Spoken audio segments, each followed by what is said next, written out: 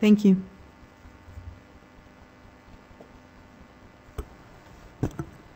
Good evening, council members, staff, and residents. My name is Nicholas Heng, and I am a 5th grade student and going to 6th grade next year at Suzanne. After hearing about the cell towers, I feel that I am not safe at Suzanne anymore, and I think that whenever you go to school, you should be safe no matter what. Thank you. Thank you.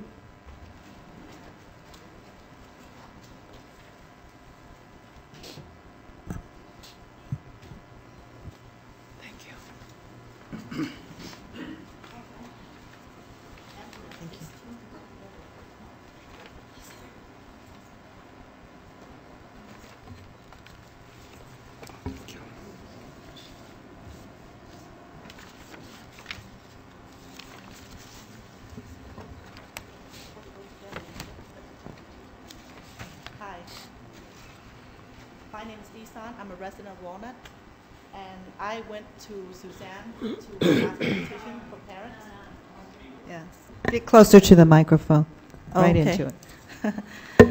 My name is Ihsan. I'm a resident of Walnut, and I'm mom of kids go to Suzanne, and I'm concerned when I was there asking for petition. And I was curious what this post was all about, and you saw some pictures right there. And I went closer, and I was just taking a picture of this, which is right underneath the cell tower. And this picture right here, I'm not sure you have this or not, but the cell tower is right here, and here's all our kids are waiting for their parents to pick them up. And not too far away, this is Suzanne. And the kids is running every day at PE for 45 minutes, I believe. Well, anyhow, what this has shocked me was this said caution. Sorry, getting old, can't read anymore. Need this. Okay. Beyond this point, radio frequency field at this site may exceed FCC ruling for human exposure. For your safety, obey all post sign and site guideline for working in radio frequency environment. Well, I don't think our kids know how will read this thing and be taking precautions when they are entering the park. And as you notice, the guideline for working in radio frequency environments, all personnel should have electromagnetic energy and awareness training. I don't think any of our kids have any of those training when they enter the park. Obey all posted sign. Assume all antenna are active. Well, I don't think our kids, I assume it's working and active at all time. Otherwise, it shouldn't be there. Before working on antenna, notify owner and disable appropriate transmitter. Maintain minimum of 3 feet clearance from all antenna. Do not stop in front of antenna. I don't know who will take notice and walk away and run away from this because it's a park. They go there to play. And this is what makes me really upset. Use personal RF monitor while working near antenna.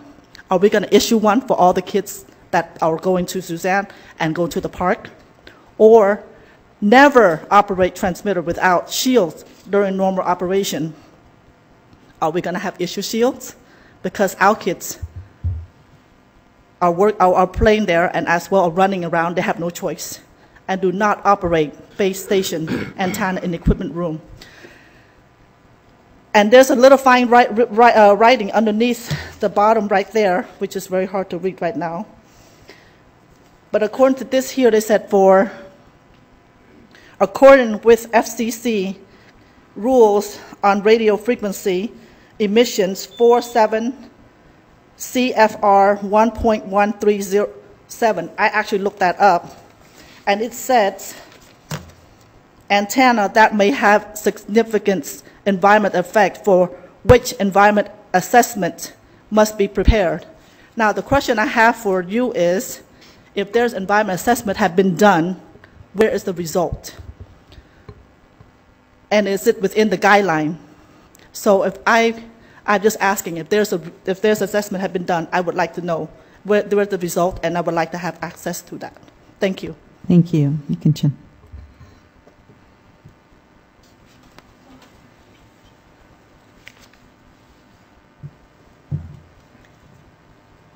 Good evening. My name is Sheena, Good evening, City Council staff and fellow citizens. Tonight, I'd like to talk to you regarding what power you have as a City Council. Many times you will be told and perhaps be threatened in some case by Verizon and their lawyers or by any telecom lawyers that they will sue the city if you don't do what they want or say. Beware of these tactics. This is our community and your decision will affect our livelihood for the next 25 years. Verizon and telecom company often would come into our community and demand to put this gigantic and monstrosity structure that's 3 or 4 times the height of our homes. Aesthetically, it does not fit into our community. We have to do what they say or else they will take the city to court. Well, I'm here to let you know what the federal government gives our local leaders all the power. The FCC, the very first thing the FCC did was preserve local zoning authority. It states, nothing in this act shall limit or affect the authority of a state or local government or instrumentally thereof over decisions regarding the placement, construction, and modification of personnel wireless service facilities. Placement. This means you can decide where to best fit this tower and how best it should serve our city. Construction means how tall and what this tower should look like to best serve our communities. Use your power, which is to help our residents. And the biggest problem we're facing, that's not it.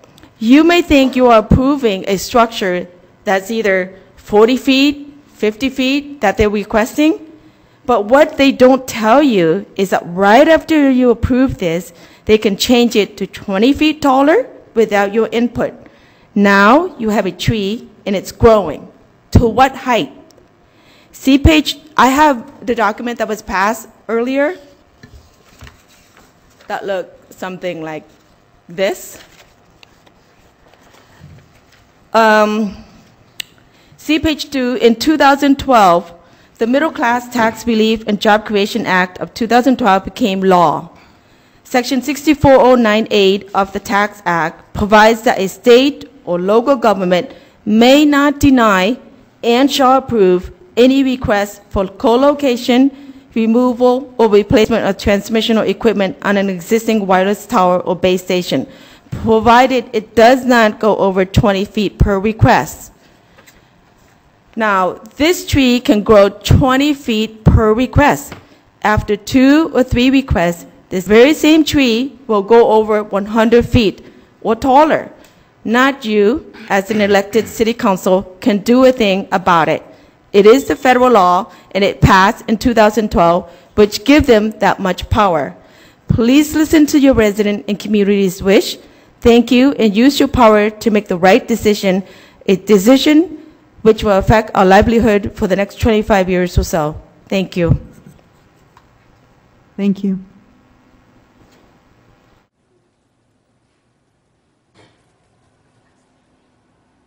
Good evening, City Council staff and residents. My name is Audrey Hang, and I'm a student at Ihsan Middle School.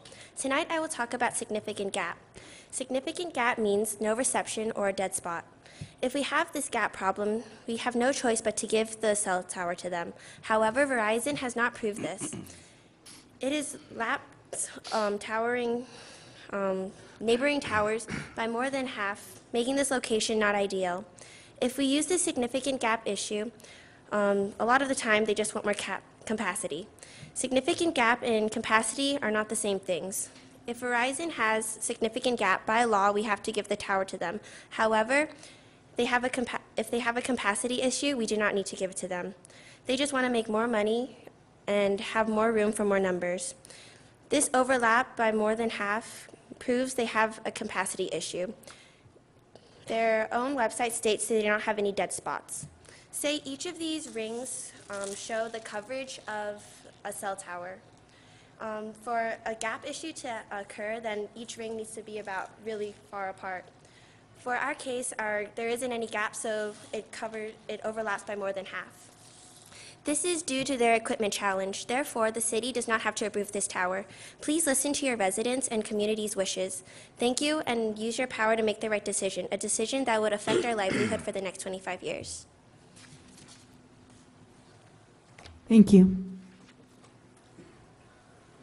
Yes, my name is William Christofferson, and I think I need an extra minute to be able to sign in that last name of mine.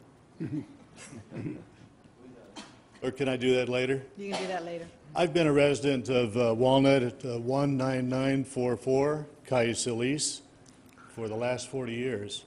Bought that house new, raised my 3 children there, proudly putting my grandchild now through Walnut School District. He's going into high school this year.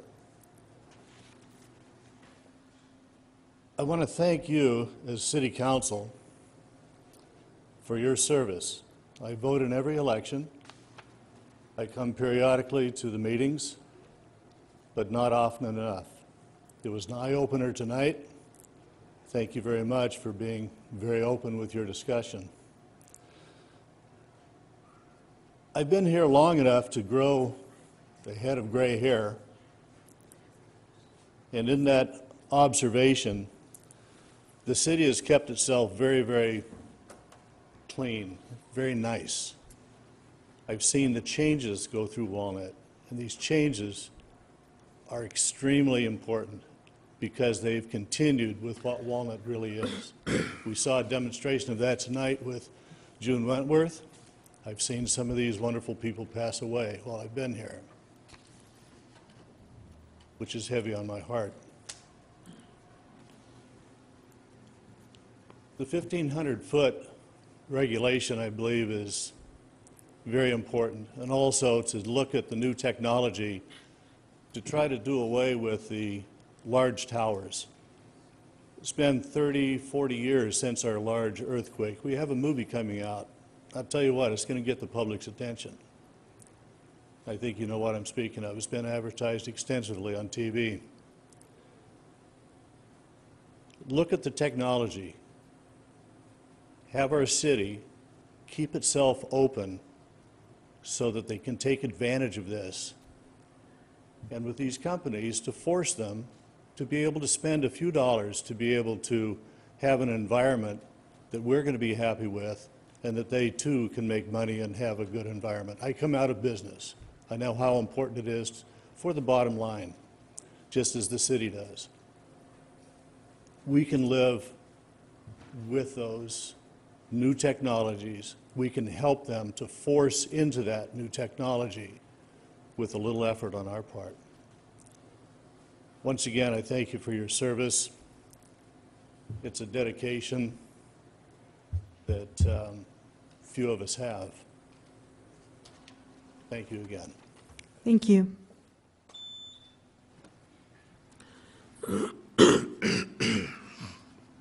Anybody else wish to speak on this item?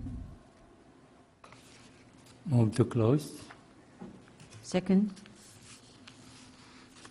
This is a discussion item, so is there any input? I guess we're supposed to give direction to you. If you want to take this back to look at further, is that correct? Is that what staff, back to? Staff would like the green light. We'll start modifying the code, initiate a code amendment, and proceed with Planning Commission review, and subsequently back to City Council for final approval. Well, I'd make a motion for all of those things. Is there a second to that? Second.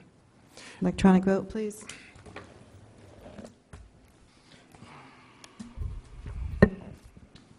Motion